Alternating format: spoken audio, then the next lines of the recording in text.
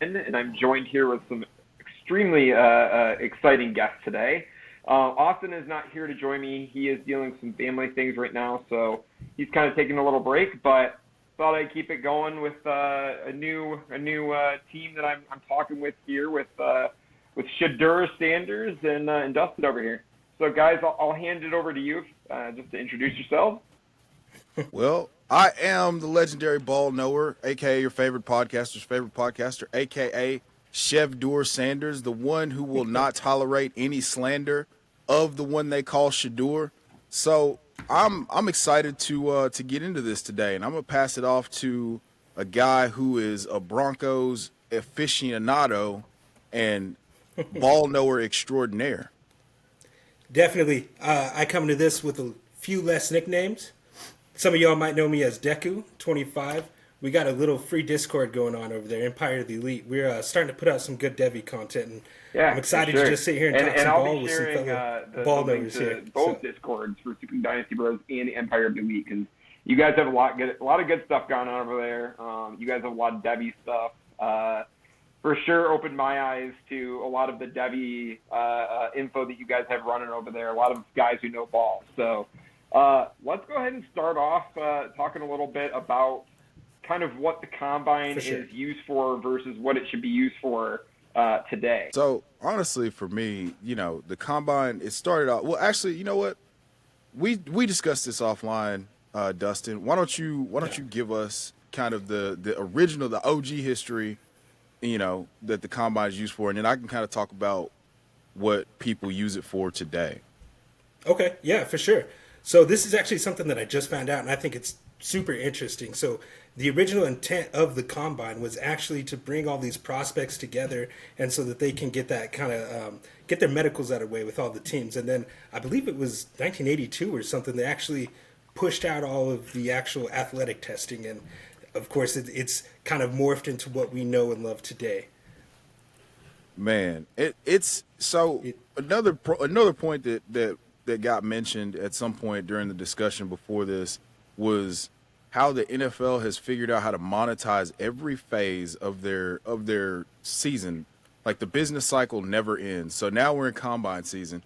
Now for us, for the sickos that are still grinding tape and looking at RAS scores in the at the beginning of March to get ready for the draft that's 50 some odd days away, like you just get super excited because you get football stuff that's not really football stuff, but we make it a part of the football stuff. So I personally am just using this to confirm my biases about certain guys, or to use it to say, okay, I might need to educate myself a little bit more about a guy like Basil Tootin, or a guy like, well, I mean, I was already super duper horned up for Jalen Knowles, so that's not going to change, or Jaden Higgins, but another guy like Isaac Tesla that nobody was talking about going into this. So like going back to being able to have an open mind and go back to the tape and figure out what it is that it's like, that guy was really athletic, but I haven't given him his due diligence at all. So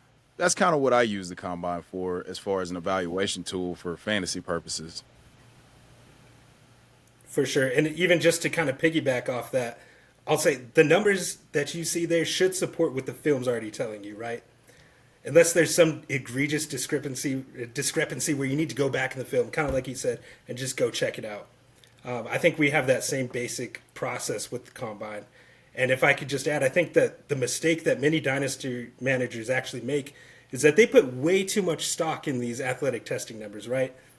Oh, if they don't test right, they're way down. And likewise, if they do test well, they might put them way up. And it's not a very fluid process. Not all these guys are track stars, like you said. Just trust what you see when you watch them actually playing the sport of football.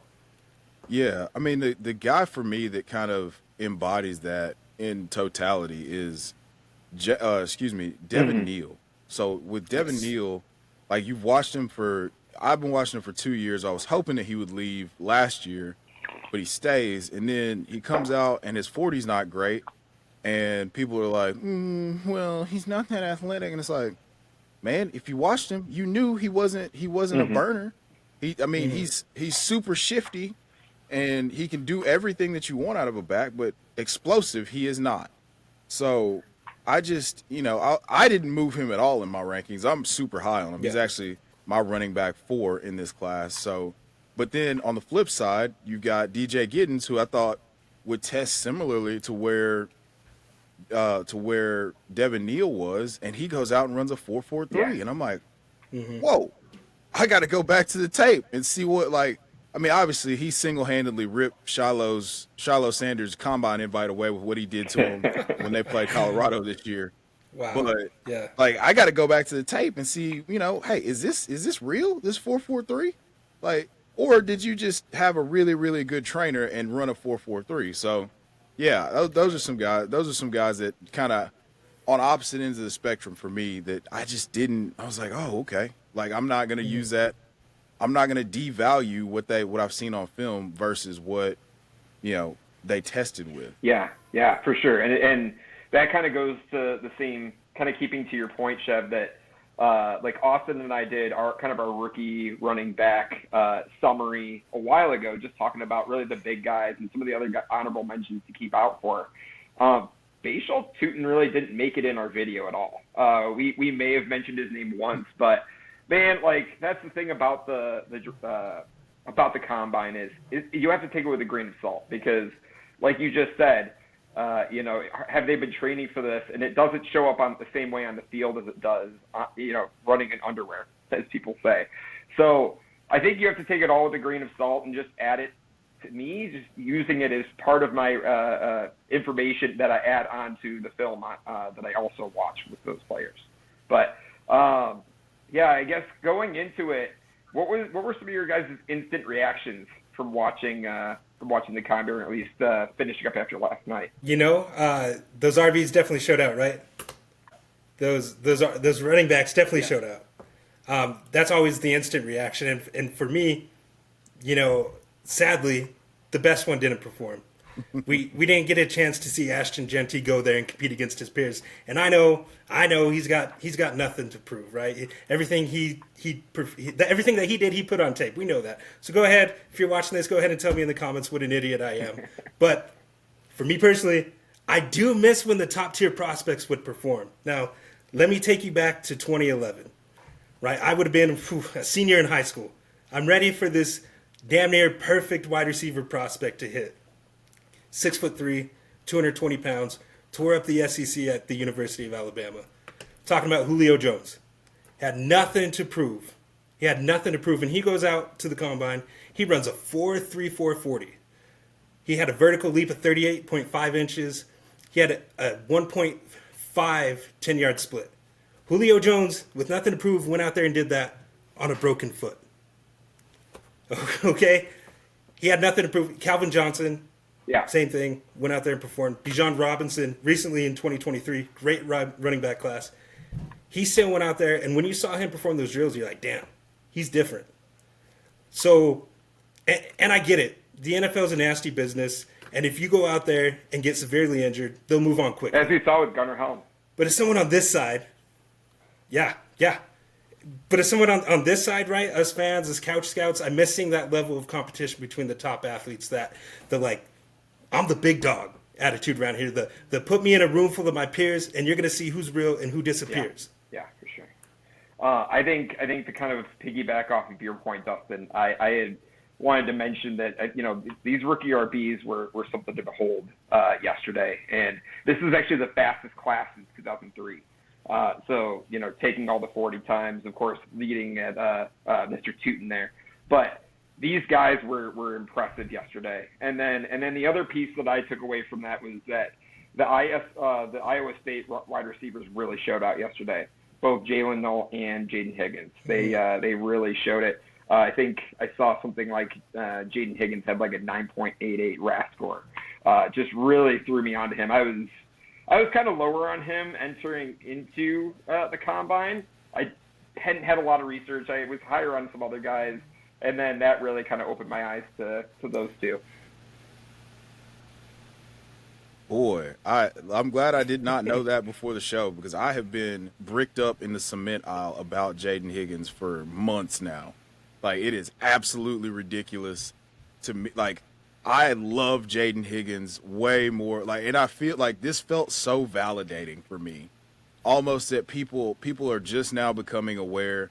Like me and Dustin were texting back and forth a while back about his reception perception preview from Matthew Harmon, and it wasn't great. And I was like, good. This is gonna push more people off of him, because you can go and listen to somebody else watch the tape, or you can go watch it for yourself, and you're gonna be really impressed. Like, I don't understand what there's not to like. I mean, he's 6'4", he's 217 pounds. Everything, he's playing the ball on all three dimensions. Vertically, he can win vertically. He wins on end breakers, and then he can win vertically in a contested catch situation. When I say vertically, I mean I win down the field. He can win in contested catch situation, and he can win on end breakers or out breakers. So this is a big guy who can get in and out of his breaks smoothly. So yeah, I loved it. And here's the thing: both of these, the running back class is considered the gem of the draft. We all know that.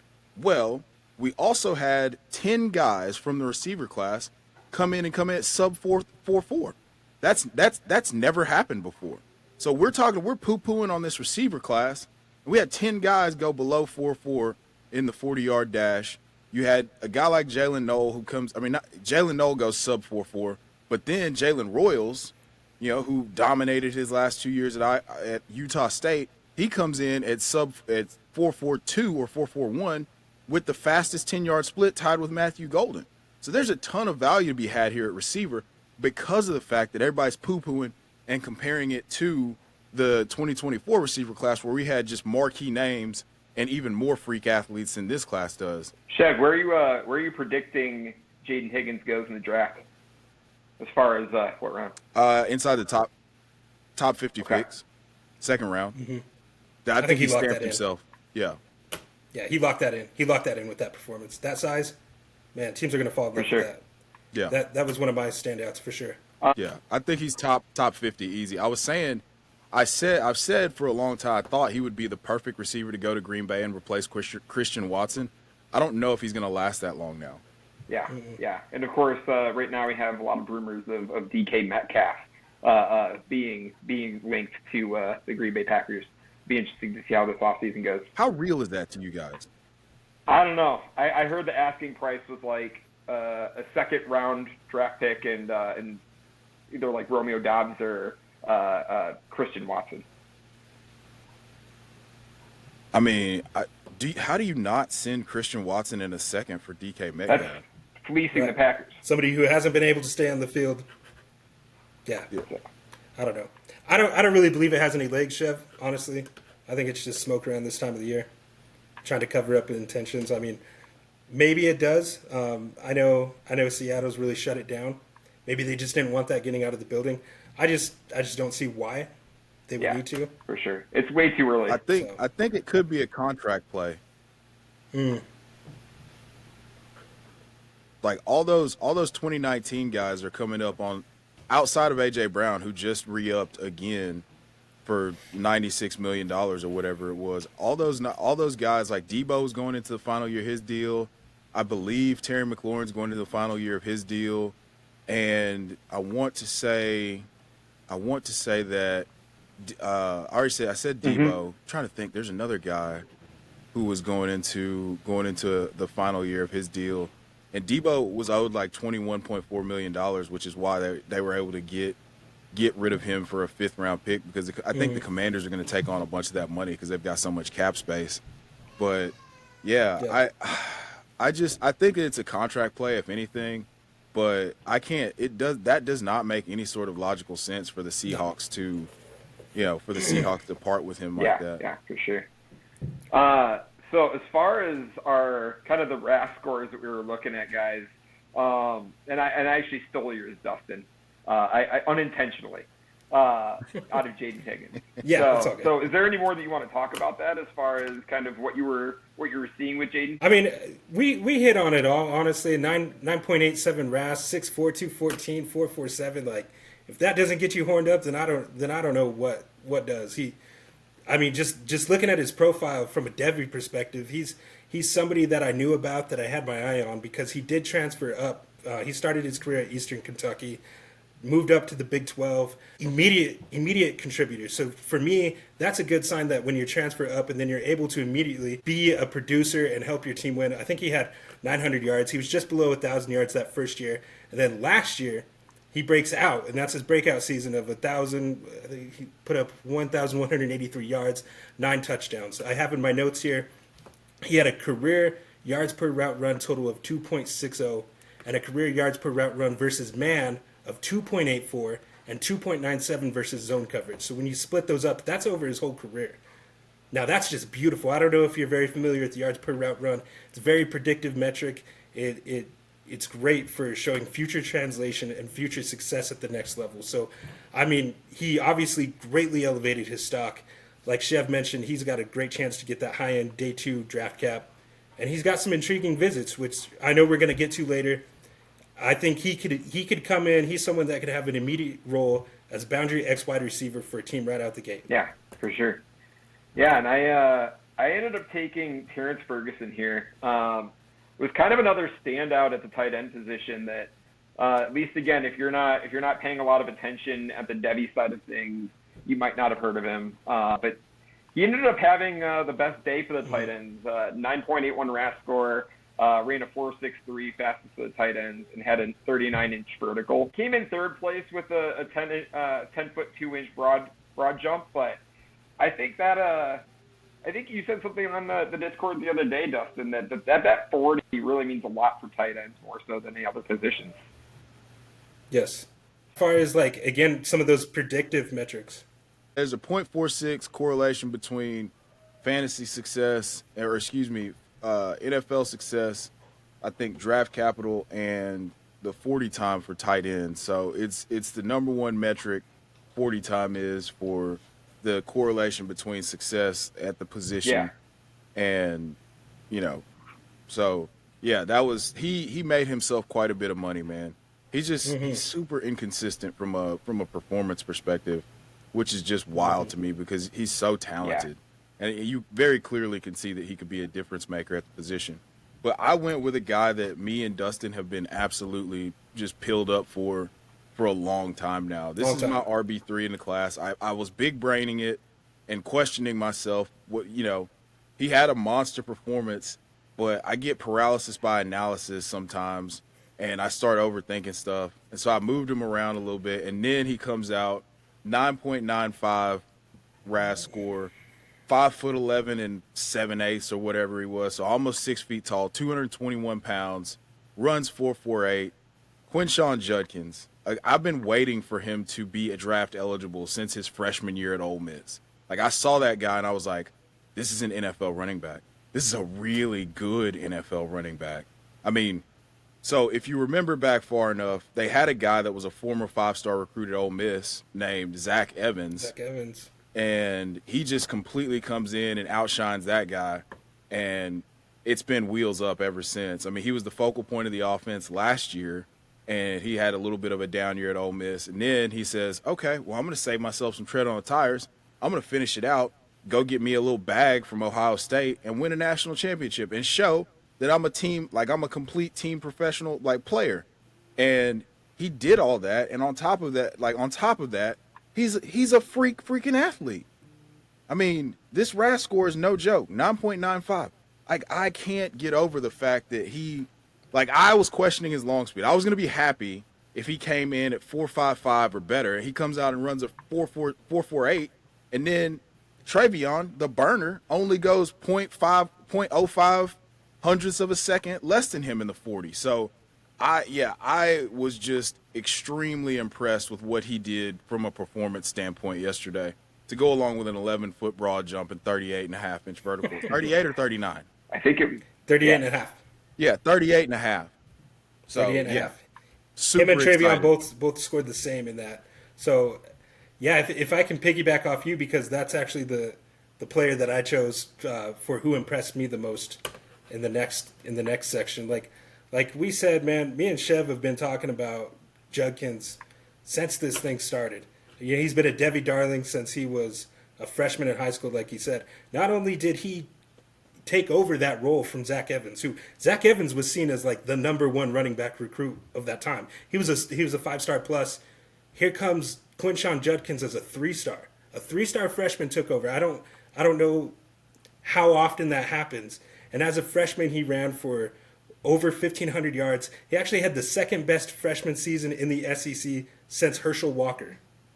Like, what he did was unprecedented. And if you look at the metrics, now I'm not really an analytical guy, but there are certain metrics that I do look at.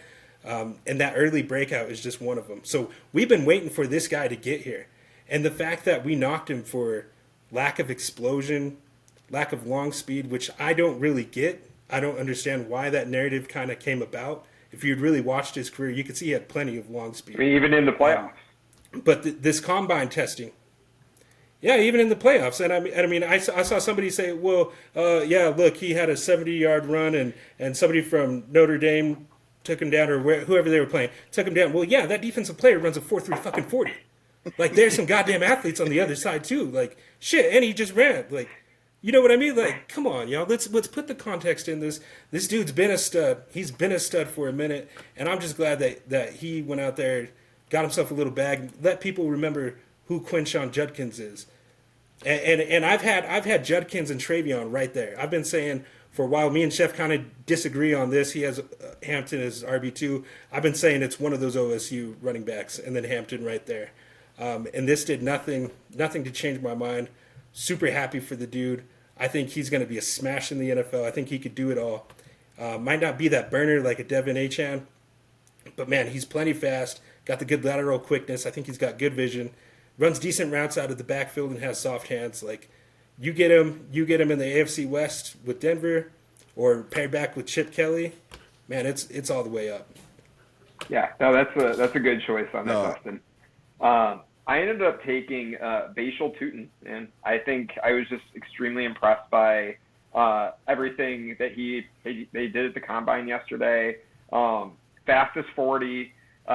Oddly enough, I think somebody had even said, like, he had, like, one of the slower 20-yard splits in between and still ran the 4.32. The guy ended up having the number one vert at, like, 40.5 inches. Was second at 10'10", just behind Judkins. I think he's going to end up sliding in as probably a 4th-round pick. They have him slated as an early day 3 pick, but and then also in a super flex draft, he's going in the late 3rd. So we'll see if his draft stock continues to go up. I don't think that he ends up cracking into the day 2.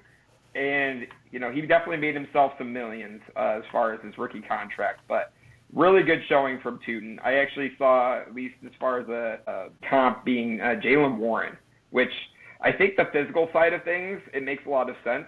But what are your guys' thoughts on Tootin? I think I agree with you. I think he made himself quite a bit of money yesterday. I mean, we got to make sure that we don't double count it, because he was a guy that was a home run hitter at Virginia Tech, and despite being in a less than friendly offensive ecosystem, he put this on tape that he could do this over and over again. Now, 4.32 seems outlandish for any running back, just about, outside of a guy like Devon Achane, and he does that at 206 pounds, I believe. So I think that, I think he's made himself.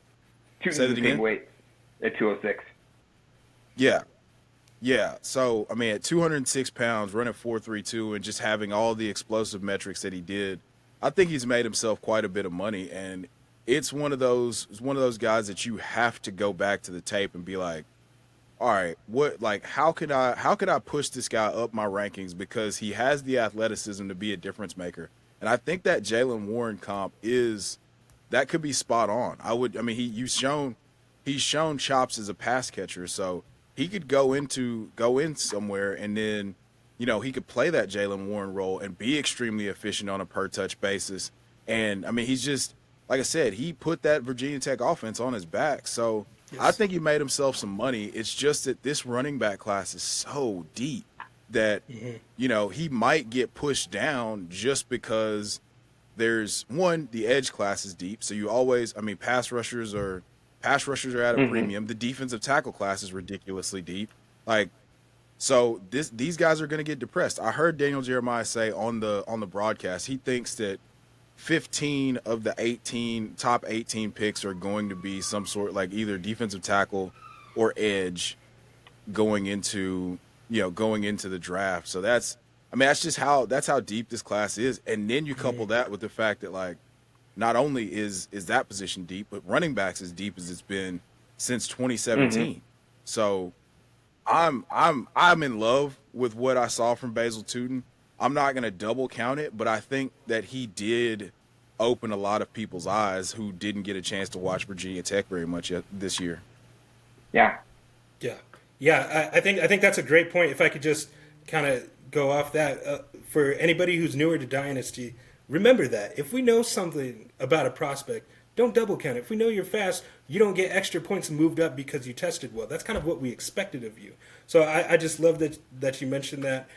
There was another stat that somebody in the Discord months ago had pointed out and really put me onto Tootin months ago. Otherwise, I wouldn't have really known too much about him. I knew the name, but I wasn't really onto him like that. I believe he was second in this class or in the country for missed tackles forced per attempt, which again is another one of those nice little metrics that you can look at it. It has a high historic rate of translation, whatever. Point is, dude fucking balled. He looks good. He made himself some money. Super happy for the kid. Now, speaking of guys that made a bunch of money, boys, we got to talk about Matthew Golden. Ooh. We got to talk about Matthew Golden. First rounder. This was my pick. First rounder Matthew Golden. So going into the combine, you'll hear me talk about Daniel Jeremiah because I have the utmost regard for his evaluation process. I mean, he put us all on game with telling everybody to draft J.K. Dobbins last year, and his mocks are usually spot on as a former scout with his evaluation of players and just kind of having the inside track. So if you guys want some actual insider information, like for free, he gives out free game all the time, like just in his breakdowns of players. So Matthew Golden comes in. I knew he was fast. I mean, he's a track guy in high school. He ran the 100 and the 200, sub 11 in the 100, sub 21.5 in the 200, and then he consistently put on tape that he was a burner at Texas this year. And then I loved what I saw in terms of his separation ability at the top of the routes, and in the biggest moments he was at his best. In the SEC championship, 162 yards against Arizona State, 151 yards. Now against Ohio State, he's hurt. He still comes in, makes a big play when they need him to, but he can't contribute as consistently. So we're all talking about Isaiah Bond all week. Bond saying he's going to run 4.2, 4.19 and all that stuff. Matthew Golden just moves in silence like real G's do, like lasagna. And he comes out and runs a 4.2. It showed 4.30 at first and then official 4.29. So there's no way you can keep this guy out of the first round. I said in a couple shorts that I've done about him, this is going to be one of the guys that rises up draft boards the most because he's got all of the route running savvy, and I think he's much more athletic than people are giving him credit for, which he then goes and proves in Indianapolis. So we confirmed our priors there. But yeah, Matthew Golden, I am absolutely, absolutely peeled up for. Man, Texas didn't look that good when he went out with that injury either.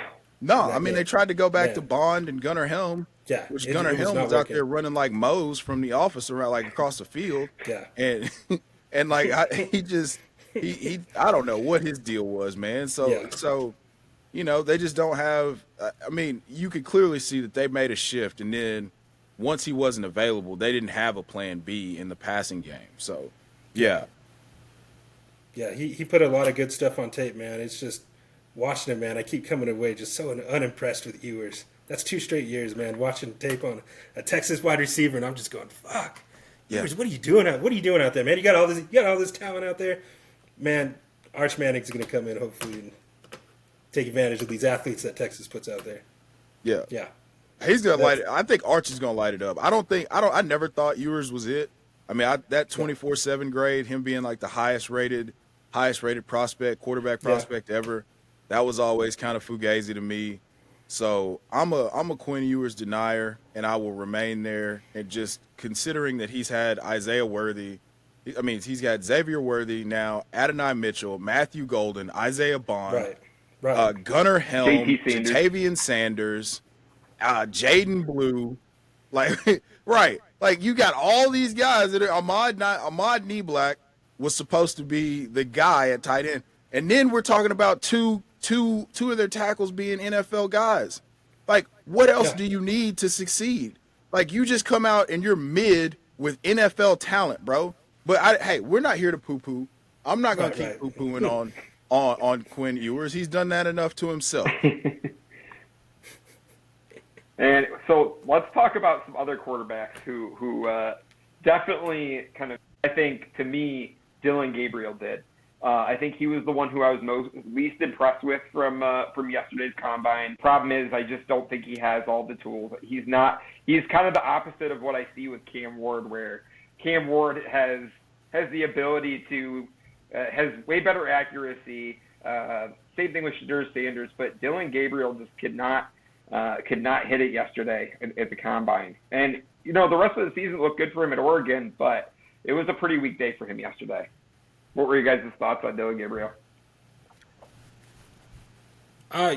For me, man, it's always a tough evaluation for quarterbacks at the scouting combine. It is always tough. There is always the caveat of they're throwing to people that they're not used to throwing to. So there is that. They're throwing against air. Like it's a tough evaluation for me. But Dylan Gabriel is just a guy that I've never really been in on. I think he's a backup level talent. I think he operated the Will Stein offense good enough at Oregon, which just requires you to really know where your hot routes are, get the ball out quickly. You do have to have that mental aptitude to run it because you have to make those decisions quickly. But, I mean, he didn't run it like Bo Nix did. He did just well enough, and it's conducive for good production. Inflates your numbers a bit. But like I said, I just don't think he really has the talent to be a starter in the NFL. I think he's going to be a decent enough backup going forward. Yeah, man, sweep it 3 for 3. I don't think that he's so again, we're talking about a guy who's got 2 NFL tackles. He's got an NFL running back. He's got an NFL tight end. He's got 2 NFL receivers at minimum in Tez Johnson and Evan Stewart. And he was a Heisman favorite, and he couldn't keep up the hype. Like, he was just mid in some of their biggest games. And so I can't count the throwing stuff at the combine because I can't get too upset about that because of the fact that, like, this is a multi-million-dollar job interview, and you're going out there and telling me to take a pop quiz. Like, you don't know where these guys are going to break off, like where the receivers are going to break the routes off at.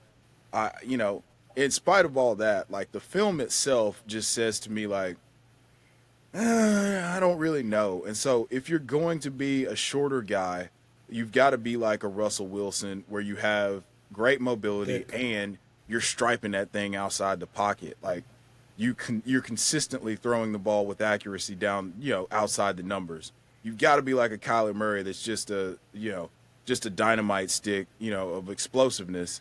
Just being able to have rare rushing ability, even though he decides not to run for most of the back half of the season.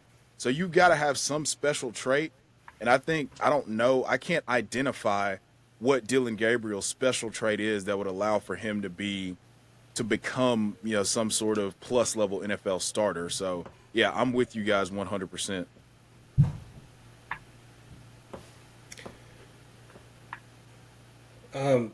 So, I mean, it's going to kind of feel like we're just shitting on the Oregon offense here because, I mean, the next guy who impressed me the least, I should say, is Tez Johnson, right? His number 1 wideout this year, which, I mean, it's super disappointing, man. I consider myself a Tez guy. Bo Nix's adopted brother. We're all Tez guys. Man, like, he put some good stuff on tape, man. Like, he looked like he was a decent enough separator at that level. Good route runner. I thought he was going to test out a lot better, and it is super, super disappointing. But, man, he wasn't just average weight and height, man. Like, he tested well below that. 154 pounds, that's the lightest any wide receiver has ever tested there, I believe. So that's already a massive red flag. And when you're that small, you need to either be an elite route runner or you need to be an explosive athlete, and he showed neither of those things. So running a 4.55 at that size, that's just unacceptable. It's unacceptable for me. That kind of testing, it completely tanks your stock. I wouldn't be surprised if he's completely off NFL draft boards now. I know he's off mine, and that really hurts. Like, he was getting a lot of buzz during the Senior Bowl. But again, Senior Bowl, you know, they got those one-on-ones, wide receivers running DBs. It's meant for the wide receivers to run. He was getting a lot of good hype. I think he was a good college player, but good college players don't always translate to the NFL, sadly. Yeah, I was just curious because I thought Tutu Atwell was right with Tez Johnson as far as weight-wise. Tutu Atwell measured at 165, so still like 11 pounds more than Tez Johnson. Yeah. Right. Yeah, exactly. Yeah, I mean, again, I think we're 3 for 3 here. Tez coming out and not running a blazing 40 just felt so disappointing. Just that you could kind of feel the air go out of the building because everybody was excited to see what he was going to run. Mm-hmm. And that came through on the broadcast, which is rare. So I was very disappointed with his 40. I'm hoping that maybe we get some sort of positive report for what he does in terms of running at his pro day. Hopefully we can get into, we can pull a Jarvis Landry. Jarvis Landry ran a 4.7 at the Combine, comes back at his pro day and runs like a low 4.5. So I'm hoping that we can get some sort of positive report there and get him into like maybe the high 4.3s or low 4.4s. But he's just so small. There's just no real locus, focus or focal point for comparison. I mean, Kevontae Turpin's 155, but he's also the fastest guy in the NFL. So, And you've seen that over and over again. So I don't know that we get those types of outcomes. I don't know that we're going to be able to get those types of outcomes from a Tez Johnson. So, yeah, my most disappointing was a guy who I was out on, I was in on, and then I'm still in on.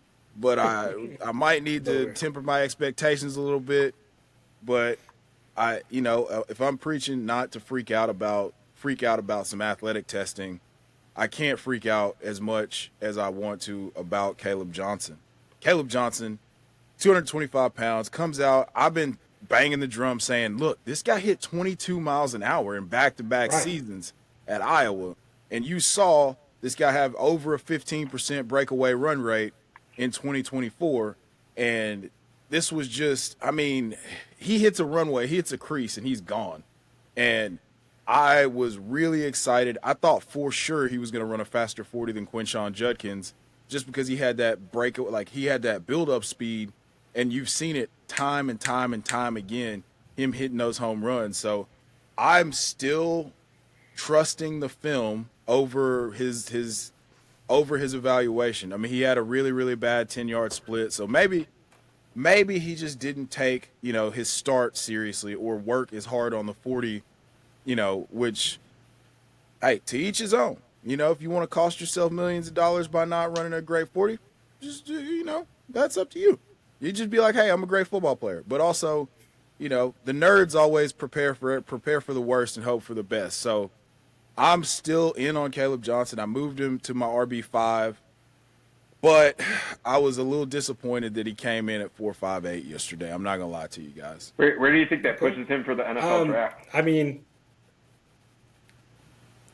probably if just square into the middle of round 2, probably. Okay. He's going to get a better landing spot now, though. That's the positive. He's most likely going to get a better landing spot. That's good to hear. Okay. What were you going to say, Duff? I'm not worried about Caleb Johnson at all. I'm not worried about Caleb Johnson at all. To me, the GPS tracking is more important because we've seen this top-end speed on the football field, and that matters to me more because, look, we talked about it. Some of these guys just aren't going to look good in shorts. Like, running a 40, however you want to view it, I know people love it, but it's simply a track event.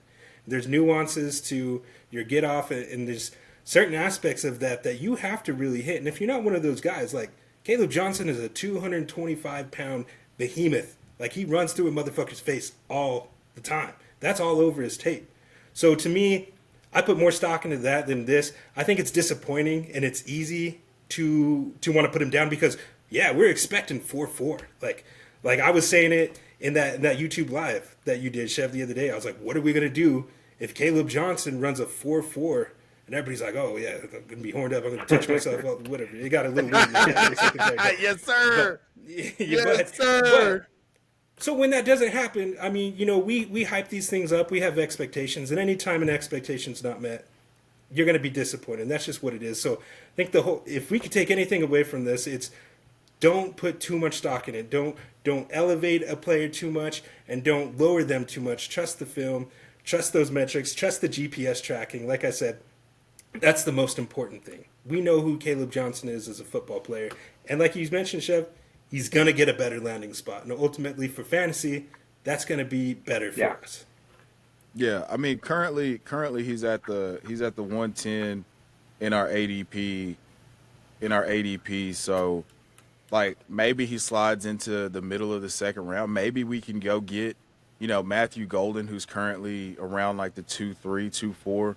We can slide him back behind Matthew Golden and Trey Harrison in the middle of the second. And I would love to get him here. I've been taking him, me, I've been scooping him up a bunch in the mocks that we do.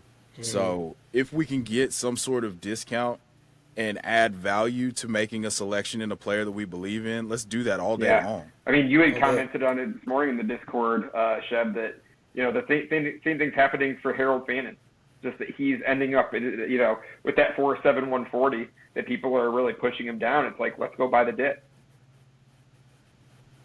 Yeah, look, we did this same shit with Bucky Irving last year, guys. Like, we're like, hey, look, this guy's really good. That's an NFL running back. And then he goes to the combine. It's not great. And, but he tested poorly in everything. It was just like, oh, man, we can't do that with Bucky Irving. And then here we are. We come out, Bucky Irving's incredible, much to my chagrin as a Rachaad White truther. And then, we're like, we should learn from this. We shouldn't devalue guys because they don't have a great combine. And then here's Harold Fannin Jr., who's basically, we've talked about this before. It looks really clunky and stiff, and it's not, but he's consistently getting open against whoever you put him against when you line him up on a football field. So here we are, year later, everybody's like, give me Colston Loveland because he's bigger and he played against better competition and so let's accept the discount. I'm gonna be honest with you. I'm gonna shut the fuck up about trying to convince people about Harold Fannin Jr. I'm not saying another motherfucking word about Harold Fannin Jr. If you don't like him, fine. Don't like him. Cool. Hey, if I can get him in the back of the second round, that's exactly what I'm gonna do.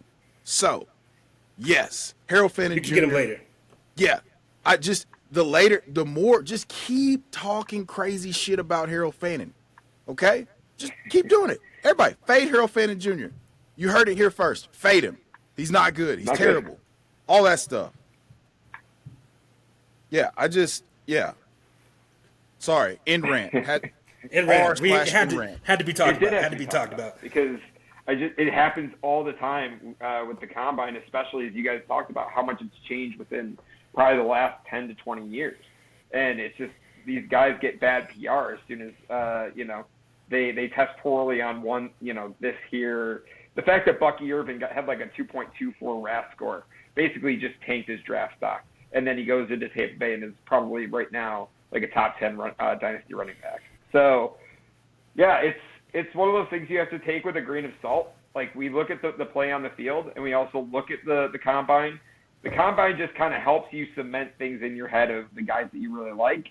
And then also, conversely, if you don't like somebody, hey, that poor score might just keep you further away from them.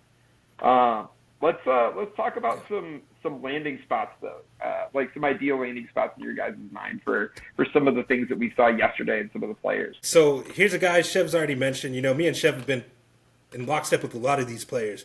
We see eye to eye on a lot of these players. So sometimes that's a good thing. Sometimes it's a bad thing. I usually like when we don't agree because when we have a little bit of a discourse and a good back and forth.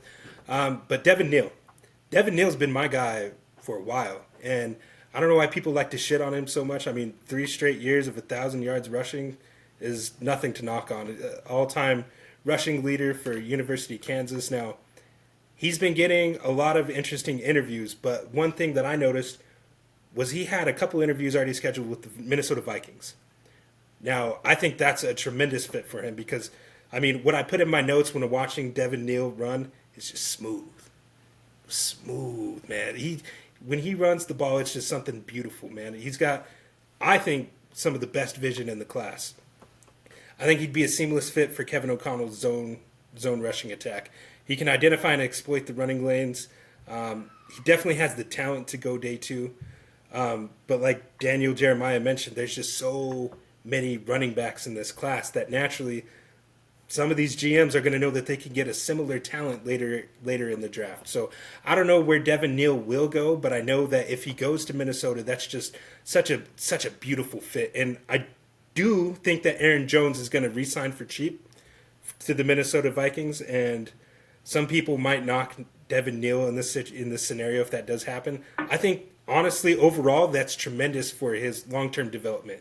Because I know typically in Dynasty, the nice thing about getting high-end running backs is that they translate quickly to the NFL.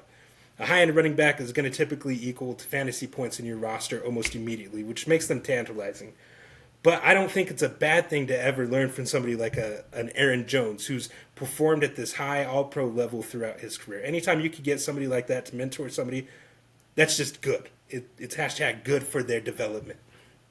And like I said, I've been a Devin Neal truther for a long time, man. Like, I love Devin Neal. I don't have him as aggressively ranked as Chev.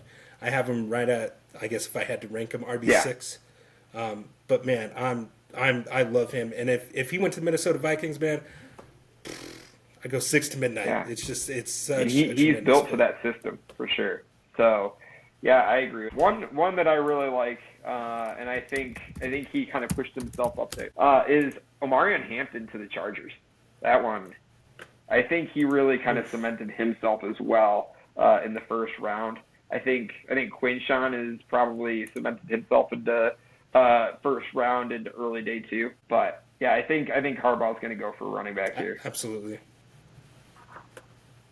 Man, if Harbaugh takes Omarion Hampton round 1, and where do we think Ashton Jeanty goes? Honestly, I think he goes to your Broncos, man. I mean, the rumors there. I have a hard time thinking they'd pick running back round 1 just with how their analytics department is in Denver, specifically there in Dove Valley. But, hey, I wouldn't hate it. But, again, it's one of those things. It's like, man, there's so much talent later. I'd almost be okay with them passing on Ashton Jeanty round 1 and getting somebody later. But at the same time, I wouldn't be sad, right? Like, Ashton Jeanty is a phenomenal, like, anywhere he goes, he's going to smash. Man, so 2 top-end running backs in the AFC West. Yeah. That'd be interesting. That'd be interesting just for that. I think if Hampton goes 102, Hampton goes to the Chargers in round 1, he's consensus 102, right? Oh, 100%. The other thing is with the Broncos, I'm gonna say is tight end. Like it's got to be either Warren or Loveland if they don't take Jeanty.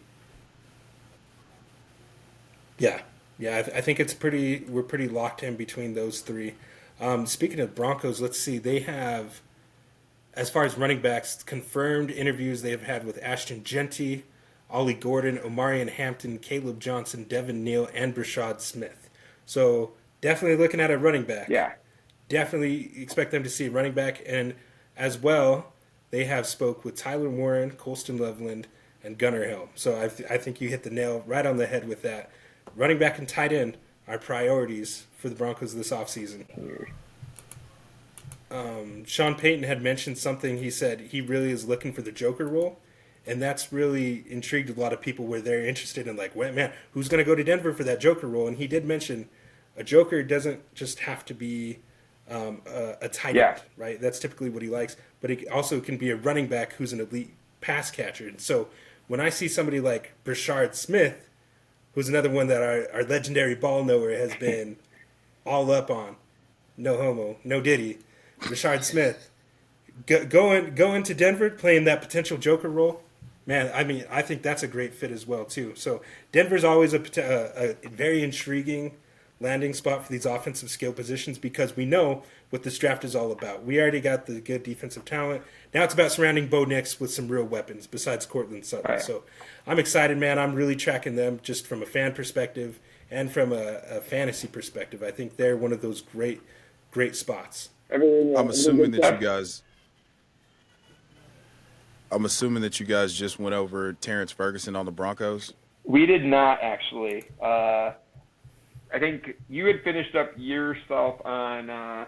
Let's see here, because you had just talked about Devin Neal, and then we just kind of talked about some other landing spots. Yeah, I did Devin Neal. But that actually does lead me into talking about the Broncos. Yeah, go ahead, go off, King. So yeah, we kind of talked about how it actually. You just mentioned this that the Broncos have been interviewing with running backs and with tight ends.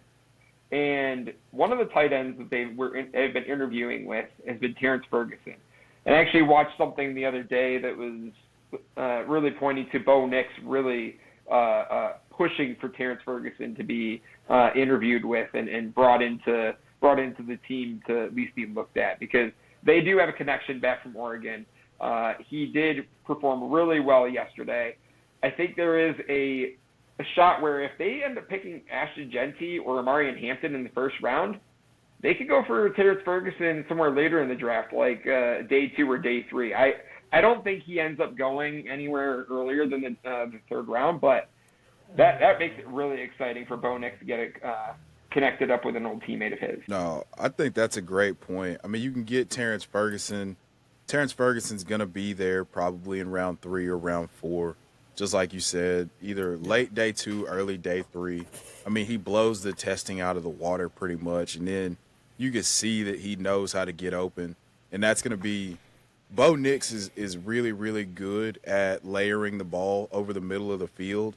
And I think that, that combined with Cortland Sutton kind of taking coverage. I mean, he can win over the top, but he's really good on big end breakers. If you have a guy – that also can occupy that short intermediate part of the field, consistently getting open with option routes, or if you just decide to use him up the seam, like he's gonna be a mismatch against linebackers, and he's gonna be too big for safety. So, I think that's a phenomenal fit in terms of landing spot, getting Bo Nix another weapon, and just making life easier for your young quarterback. So I absolutely love that. Yeah. Now. Sorry, go ahead. Look at him getting ready. He's excited about this. Excited. Go ahead. Listen, guys. I already know. Listen, guys. Go ahead. You see it. You see it in the show sheet, and the world is about to find out in real time. Listen. Jaden Higgins pairing up with Nico Collins on the Texans. I noticed that the Texans were meeting with wide receivers at the Combine, and they, it was – you couldn't really pick a certain archetype of wide receiver, but you could tell that they were keeping their options open. And I can't do anything but believe that Jaden Higgins being in Houston across from Nico Collins, they need another reliable receiving option outside of Nico. They don't have anyone right now. Robert Woods is 862 years old. John Mechie, God bless his soul, he's just not it. He's a slot guy.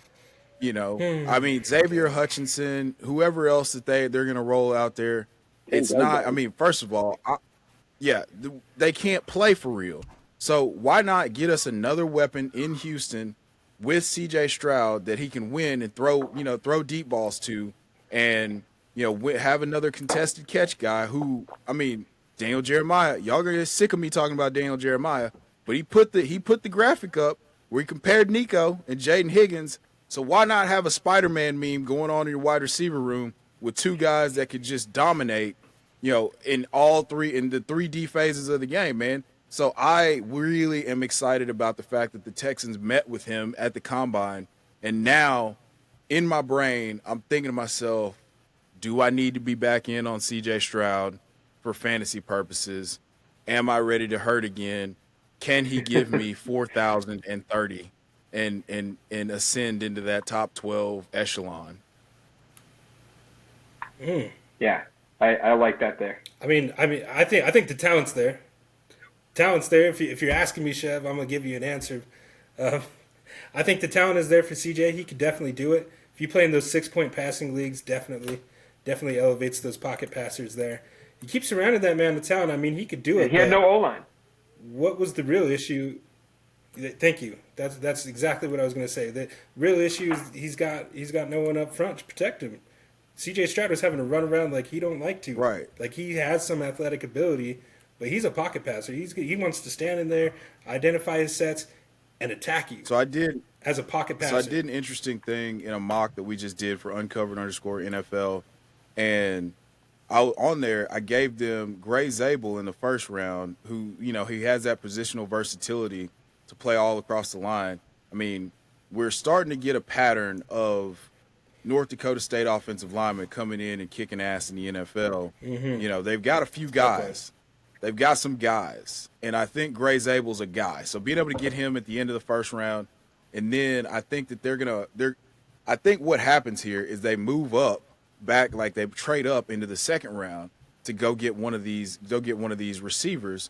And if they're gonna do that, then it's kind of hard not to say like, hey, let's just go get two giants. Let's go recreate Demaryius Thomas and Eric Decker. Like let's shore up the trenches so we can keep our guy upright, keep him in a clean pocket, let him step up into the pocket, because we know pocket passers can't handle the pressure in their face.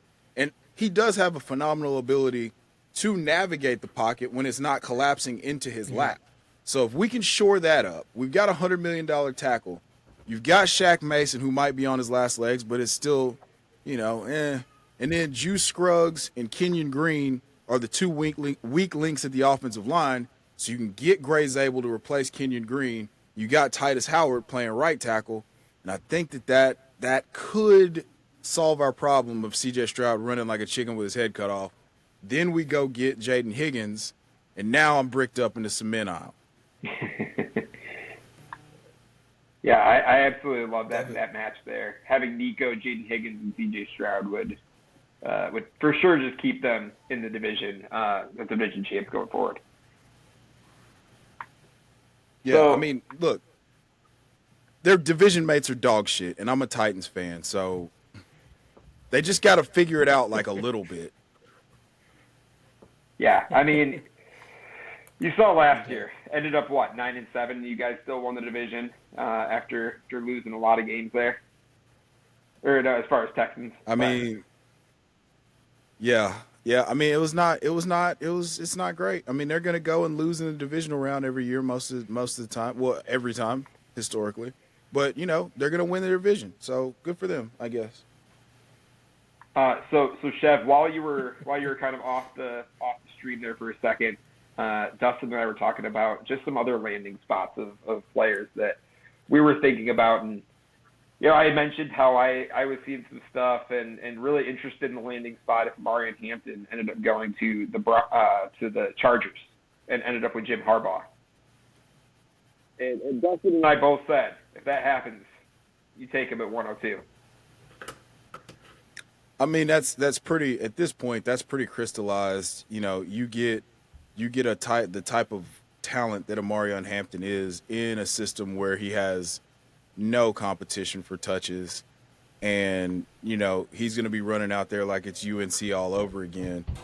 I've seen a few people who are saying that, like, oh well, I just don't know. I mean, his level of competition wasn't great, or like his I don't like him as his running style's too blocky, and he's not hitting home runs. Well, we just saw he's got great long speed. He's got the 40-yard dash time. He's 220 pounds. If you've done any digging into his profile, he's a workout warrior, and that fits with the culture that Jim Harbaugh is trying to build. I mean, this could be a more athletic Frank Gore. I don't think he has near the vision that Frank Gore does. That was kind of his thing that made him special.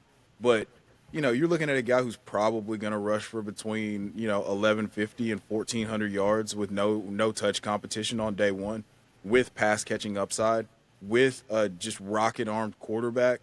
So, and in an offense that's, Greg Roman is a Hall of Fame run schemer. Like, let's just be honest about it. I mean, everywhere he's gone, the running game has just been dynamic. So we have to take that into account as well. So I love that landing spot, and I think that firmly pushes him into being the 102 if he does land in Los Angeles. Do we think that landing spot has legs to it? I mean, you can't not give it credence. Yeah. I mean, unless there's a precipitous slide for one of those edge rushers, which they're gonna probably cut Joey Bosa in the offseason. And I'm not. I mean, their tackle situation is great, so they're not gonna take a tackle in the first round.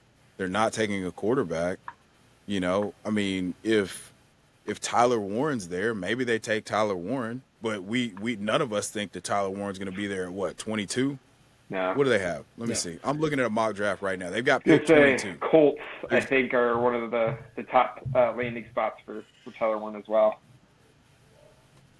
Yeah. So I mean, there's just zero chance that we're really going to be able to. You know, there's going to be a player on the board that they're just super bricked up for that they can't pass on. So why not? Yeah. I mean, they were a playoff team ahead of schedule last year with, you know, J.K. Dobbins dragging his leg around for, you know, the entire year. So why not go get Gus Edwards? Yeah, Gus Edwards. Like, why not go get a guy why not go get a Marion Hampton? Hampton kind of seems like a Harbaugh guy, too. That's what I'm saying. What I mean? Like, just that physical running style. Like, that seems to mesh with Harbaugh perfectly, man. Super Yeah, as somebody with a 102 in so many leagues, that would make me so happy. Bro, super physical, just no nonsense. Like, all the reports you go read about him at UNC is just like, nah, this guy prides himself on being one of those, like, being a gym rat. Like, all the colloquialisms you use for an unathletic, exciting guy, you then use for a Marion Hampton, and you're like, yeah, he's the first guy in the weight room. He's the last guy out. He's squatting. He's repping 500 pounds on squats as a true freshman. You know, I was gonna say he's been doing that. He's been known as a gym guy for a while. Right. Always posting on IG. And you saw the culture that Harbaugh was trying to establish, like going out there in khakis and just going out there in khakis and pushing the sled and like flipping. Like he's trying to establish a culture of toughness to just say, like, we will beat your ass over and over and over again until you succumb to our will. Like, I think that it's a Marion Hampton, and I don't think that if they spend capital on a running back, assuming Genty, you know, we're assuming Genty's already off the board, right? I did hear that correctly. Yeah, we are. Yeah, so I mean, yes, if he's the second running back off the board and he goes to the Chargers, like, how are we not? It's a lock. Yeah, that's a lock.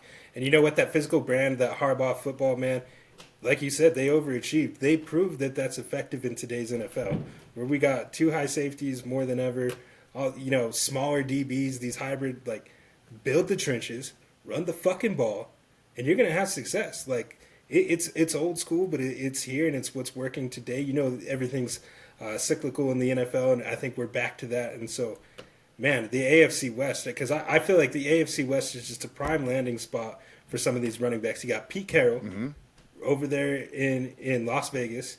You know what he's about, old school, run the ball. And, he's got Chip Kelly. You can't convince me that the Raiders aren't going to get one of those two Ohio State running backs. They're going to get one of Travion Henderson or Quinshon Judkins. 100%. And looking at our tracker, Chev, like, for the Chiefs, I got no information tracked for them looking at a quarterback, wide receiver, tight end.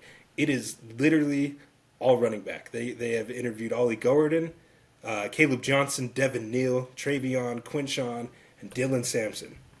No, I mean... out of our four teams, we're predicting some of these running backs to go just in the AFC West, because I think that's kind of the style that we're playing there right now. So it's just really interesting to me, because not only are those prime landing spots for real football, but I think it's conducive for fantasy success, too, because you look at Isaiah Pacheco coming back from that injury, he didn't look the same as he had before. And unfortunately, 7th round draft cap, we know what the NFL's about. They're a business. They're going to move on from you quick. Easy cut for them, or just run out the length of your contract and then they're done with you. It's a brutal business, but I mean, they just re-up and get some of these running backs in this class, I think. Yeah, reset. No-brainer. You're about to have to pay to keep your, the core of your defense, your core of your linebacker crew intact. Nick Bolton's up for a re-up. They franchise tag Trey Smith. You got to think that they're going to prioritize offensive line, and Trey Smith is one of the best guards in all of football. They've got to address the tackle positions. So it's like, where does Isaiah Pacheco fall on the priority list? And you got to think that with the depth of this running back class, somebody gets added there. Like you said, they've been just meeting with running back after running back after running back, and they're gonna add someone, and that guy is going to get pushed up, because people are gonna say, "Oh, look at what Kareem Hunt did in the, just off the street." So if you get a young boy with juice, like that's going to push that guy's ADP up wildly. So yeah, I'm in total agreement with you. That's where the AFC West is headed, and it's just it's a plus EV move to have a running back that can bludgeon you to death when you have Patrick Mahomes on the opposite sideline. Right. So yeah, I'm in total agreement with you. Yeah. Who do you guys think is a guy that's been getting a lot of play for? Go ahead. I was gonna say, who do you think is likely to fit the Chiefs scheme the best as far as the running backs that are coming out of this class? Oh, I have my opinion, and it's people are gonna think I'm crazy until it happens. I think the perfect guy for it is Brashard Smith. Like we just saw Jerick McKinnon. Yeah, we just saw Jerick McKinnon win people fantasy leagues, 2 years ago with his pass catching ability and just how electric he was in space. Now we get another guy. Brashard Smith has the receiving chops. He played receiver in college. He works out at receiver at the combine, along with being, at running back, and puts up the best acceleration score through 5 yards of any of the running backs in the class. So, yeah, I think that Brashard Smith is the perfect fit there. I mean, it may not be a workhorse type thing, early on, but the more that I feel like he touches the ball, you're going to figure out that, like, oh, this guy can just do some dynamic things. Like, in scouting him, you've seen me, like, on some shorts be like, this is the first guy where I was watching and I was like, oh, please, can we give him the ball again? Like, let's just get, like, I'm going to fast forward until where I see him touch the ball again because I want to see what happens next. Like, he's one of the most dynamic talents in the entire running back class. So, for me, Brashard Smith on the Chiefs would just make me, I would have to, clean up on aisle 5.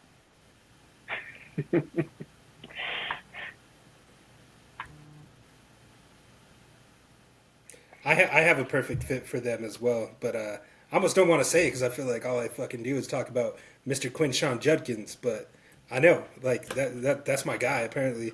The reason I think he's a perfect fit is because I think his playstyle comp is Kareem Hunt, early career Kareem Hunt. And we saw what a fit he is in an Andy Reid offense, specifically that mix of athleticism and power just blends well in that system. And, I mean, if you keep pounding the defenses and let Patrick Mahomes kill him over the top like they plan to do supposedly with Xavier Worthy, I just think that's a smash fit. But honestly, like I said, I almost didn't even want to say it because I've talked about him so much. I think he could fit anywhere, but that would just be such a great fit. I've heard Devin Neal get some chatter for them too. That might just be the Kansas connection, but yeah. I was going to say, if he doesn't end up in Minnesota, that's a great landing spot. I would absolutely love that. I mean, Ben, Big Mac, go off. I don't want to hog the spotlight, but no, man. Yes, Devin Neal. Yeah. I was going to say Devin Neal is definitely kind of my guy right now as far as just his ability to catch the ball. And I think a lot of people are surprised at the fact that I mentioned this on our summary like a week ago or a week or two ago, is just his ability to pick up speed when he gets to the second half of the field. When he is able to break the tackles and he has the vision to be able to get through the tackles, but then picks up speed as he gets into the secondary. So I think he's great for, that system as far as being able to be a pass catching back for Patrick Mahomes, but also another great landing spot in Minnesota. I just think he could be a very versatile back. He's so he's so versatile. I mean, we saw him absolutely take over that game against Colorado, right?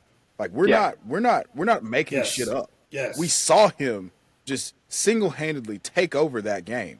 287 in a must-win game.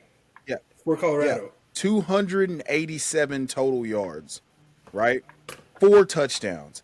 Like that is what is burned into my brain, and it's like, okay, we had to have it, and he delivers. And so I think for me, he's one of the safest players in the entire class because you've seen him do it over and over and over again, and it's not like he's looking to hit home runs. He's just maximizing the yardage that he gains on every single play. If there's nothing there, he's going to get you 4 yards. If there's 2 yards there, he's going to get you 8 yards. If there's 5 yards there, he's going to get you 15 yards. And I think that there's so much value in that because if you got a guy that's constantly getting more than what's blocked for him, then you're going to come out ahead most of the time. That's going to be a positive EPA situation.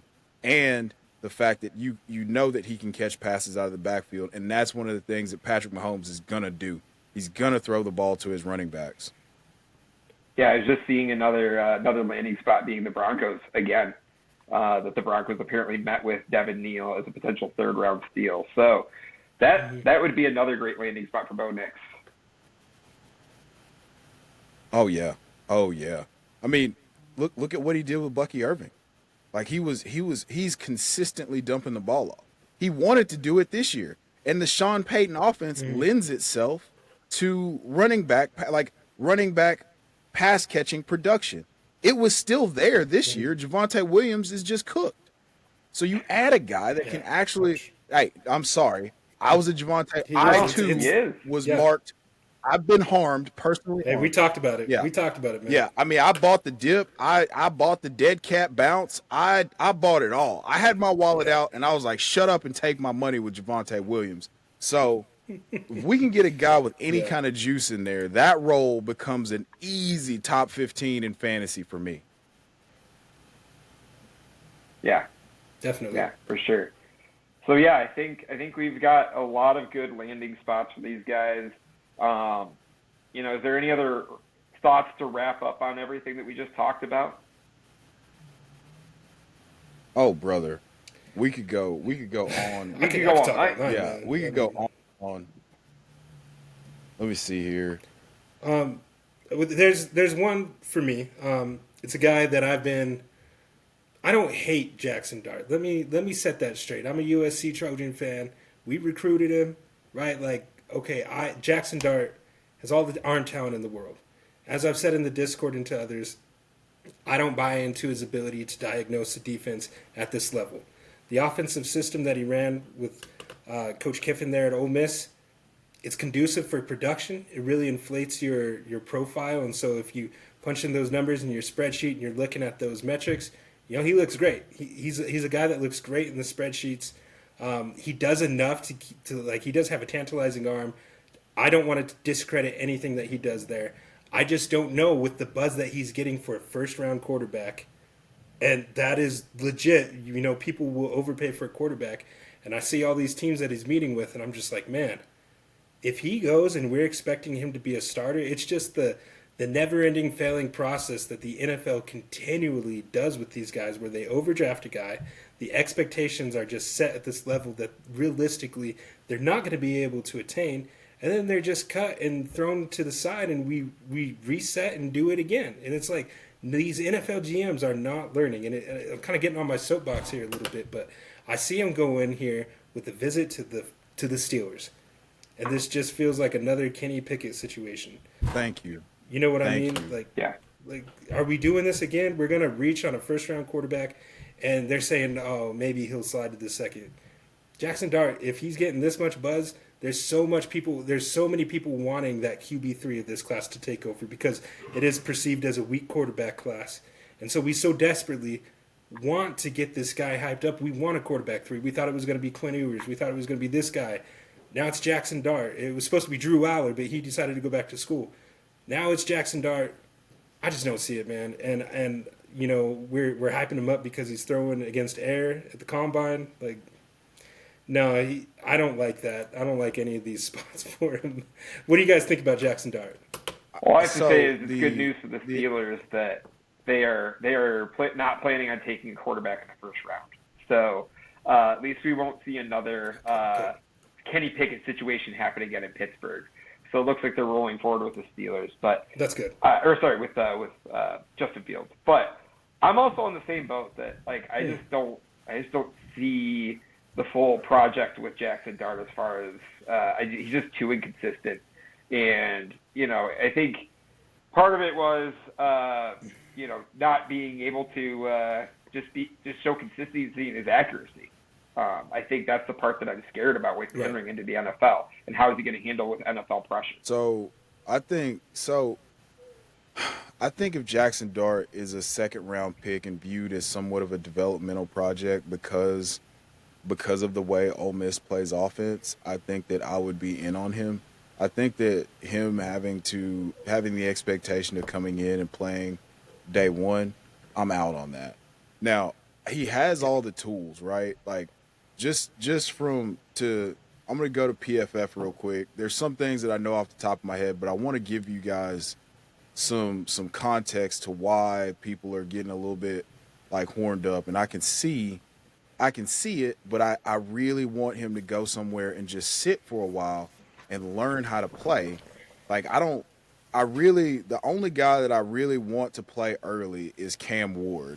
And that's because I feel like he's got the requisite starts to do so. Even with Shedeur, him being a 4-year starter, I feel like he could benefit from just, growing into more of a grown man, maybe his arm developing a little bit of strength, or having the rapport of being a scout team or backup quarterback and developing that timing, because that's his superpower, right? He throws with anticipation. It's not necessarily he's going to laser one in there. It's just that he's going to throw guys open.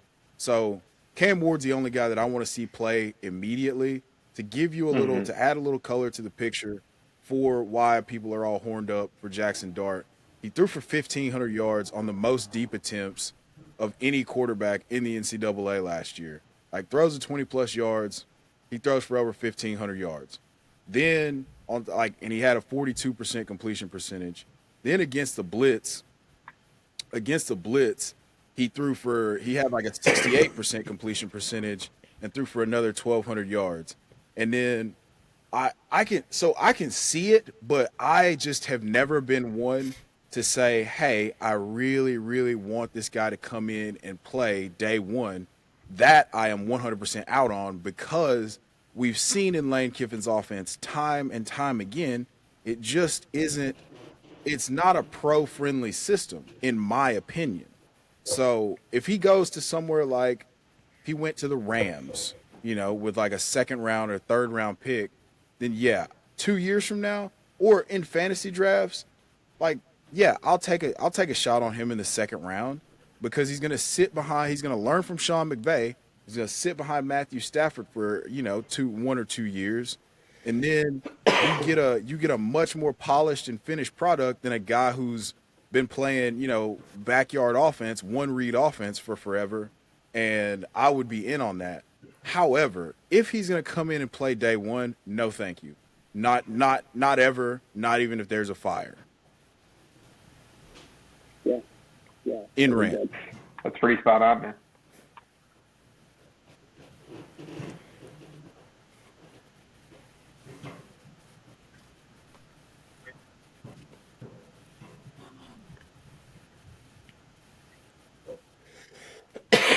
Yeah, no. And I mean, we do this over and over again. Like, I just, like Dustin said, we do this over and over again, and quarterbacks get overdrafted. My co-host on Two Guys One Pod, Rick, was like, yeah, Jackson Dart's going to go in the top 15. I don't agree with it, but people get horny for quarterbacks every single year, and it happens. And I was like, bud, I do not want that to happen. Not at all. And there's people who have him as their number one quarterback in this class, and I'm like, what the hell are you guys looking at? There's a lot of people. There's a lot of people. People with more of the analytical slant love him. That would be such like I said, he puts up some pretty sexy numbers. Yeah, and look, that's not to shit on that slant at all. Like, I've over time learned to appreciate that more and incorporated it in my process. But I mean, you gotta add context to numbers a lot of times, and there's a lot of red flags in my opinion on him. He's not worth a first round pick. Like Rick your co-host mentioned, probably will happen. I am fully prepared to see that. I'm not a fan of it. I don't agree with it, but I'm fully prepared to see that. And unfortunately, I mean, he'll just be another name in a long list of quarterbacks that were done dirty by the NFL. And yeah, going to the Rams, in theory, that sounds like a great spot. Like, I could get behind him developing behind Matthew Stafford and with Sean McVay, a good offensive mind and system play caller. The issue is, NFL doesn't really develop quarterbacks. For as much as we want to think like, okay, sitting behind this guy, Matthew Stafford's a pro, man. He's about his money. He's about to go there. I don't know if he's really putting in that extra time to develop the heir apparent. And, I mean, at this level, you're expected to be a professional. Nobody's holding your hand and teaching you how to play the fucking quarterback position. You're kind of expected to know at this point, which it just leads to the ultimate root cause of the problem is that we don't have a developmental system in the NFL. And so it really sucks because we get guys that have potential and they just get kind of tossed to the wayside. Like, do we have a Kurt Warner, Hall of Fame Kurt Warner, by the way, if we didn't have the Arena Football League? Right. No. I mean, that's why you're seeing that's my hesitation. the second coming of these guys like Baker Mayfield and Jared Goff and Sam Darnold, Yes. right? So these guys that got put in terrible systems to start, except for Jared Goff, and then they basically just get tossed around until they end up in a good system like Baker Mayfield with the Bucs. And so now you're seeing the second coming of these guys at 28 years old, and they're finally prospering. Yeah, I mean, it's just it's a broken system, and we're absolutely part of the problem is we've developed way too much of a fucking microwave culture with quarterbacks and wanting them. That's why I feel like it's more important for guys to have a certain amount of starts in order for me to take them, for me to not have question marks about them. Like, you can't give me a Mitch Trubisky, you can't give me an Anthony Richardson. No. 1 year in an offense, leading men, being the guy that everyone's looking to, and tell me that you're going to be like, there's value to what Josh Allen did at Wyoming, even though like the product that we have now is nowhere close to what he put on tape like prior, but you could see all the tools. You could see that he had he had understood how to play quarterback, how to lead men, and then he continues and develops. Lamar Jackson at Louisville, he was the starter for 3 years before he entered. Like, he leaves as a redshirt sophomore, but he played. He was there for a year and he played 2 years. Like, I need at least 2 years of complete, like, you starting for me to be like, okay, this guy's ready. Like, I just don't. I'm not a fan of, especially now with the microwave culture with quarterbacks, of guys coming in and playing. Coming in without having a certain number of starts and playing. Yeah, totally. That's why I personally love this current NIL era that we're in with college quarterbacks. Now, NIL needs some regulation. That's a whole other topic. Right. But it is incentivizing these guys, and not just quarterback position, but everyone. You now have more of an incentive to return to school. You get some money. You're able to develop more. You can elevate your stock and get better draft capital. I mean, essentially college is now just becoming that semi-pro, right? That's where I'm looking, like you said, Chev. You want those people with experience, and what better way to incentivize it? Because what was always the excuse? Oh, well, he's got to go make his money. He's got to go to the NFL and start making some real big boy money. Well, now you can make that money. Carson Beck having to go back to Miami this season. I'm not a Carson Beck fan, but he gets a chance to go make some money and get his stock back up potentially with another good year at Miami. Who knows? We'll see. Right. But that's just a small example. Yeah. No, I mean, I'm 100% with you as far as, I'm not a Carson Beck guy either, but you can decide as a player to, hey, I know what my weaknesses are. I've got time to work on them. I'm really going to hone in on my craft. And, just think about what the extra year did for Cam Ward. Cam Ward could have declared in that super deep quarterback class. Yes. Yeah. Jaden Daniels. Yeah. Jaden. Yes, exactly. Jaden Daniels, Joe Burrow.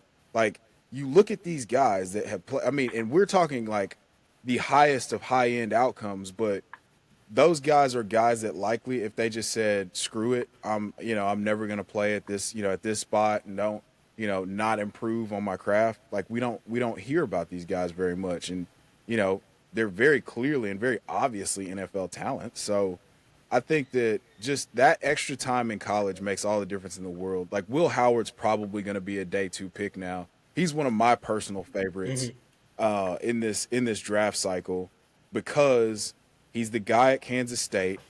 Kyle McCord can't get it done for the Buckeyes. He transfers. He improves and ups his game. Will Howard comes in. He's the bus driver for a while, but then in big time moments, you could see that he's processing. He's getting it to the aliens. Like they do have a shit ton of weapons, to be fair, but he was effectively delivering the ball and keeping it away from the other team. So I think there's value in that, but that doesn't happen with a guy that doesn't have the battle tested knowledge of what it's like to be in those situations. So yeah, I think that you guys are spot on with that. Yeah. Like you guys have said, we could go on all night talking these prospects, man. There's a lot to talk about, and I think if that kind of leads into a great point. Like I think your guys' Discord, as far as Empire the Elite, is a great place to get a lot of information on Devy, just Dynasty in general. Same with the Super Dynasty Bros Discord. So I'll definitely drop the links to all of those in our description for the episode.